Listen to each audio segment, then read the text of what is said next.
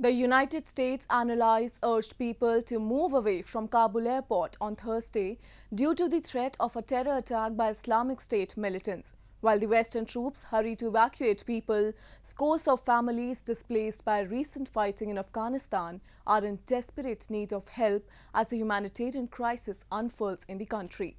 Traders have also demanded that shuttered banks should be opened as soon as possible.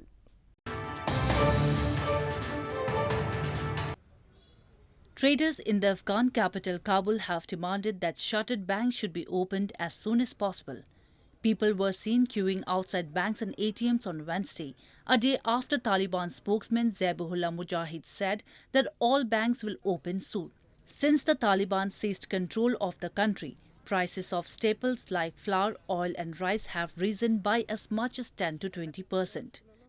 On Thursday, scores of families displaced by recent fighting in Afghanistan were squatting in the open in Kabul and in desperate need of help as a humanitarian crisis unfurls in the country.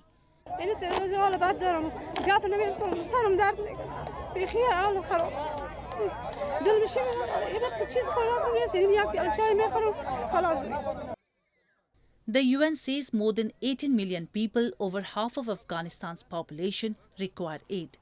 Meanwhile, military aircraft continued taking off and landing at Kabul airport on Thursday as Western troops hurried to evacuate people amid the threat of a terror attack by the Islamic State militants. The US and allies also urged the people to move away from airport on Thursday due to the threat of the terror attack. In the 11 days since the Taliban swept into Kabul on August 15, the United States and its allies had brought out more than 88,000 people. The Taliban have said foreign troops must leave by the August 31st deadline. Meanwhile, Pentagon spokesman John Kirby, during a briefing on Wednesday, said the US military will continue evacuating people from Kabul airport until an August 31st deadline if needed, but is not expected to continue in that role after the pullout deadline. But on the last couple of days, it will prioritize the removal of US troops and military equipment.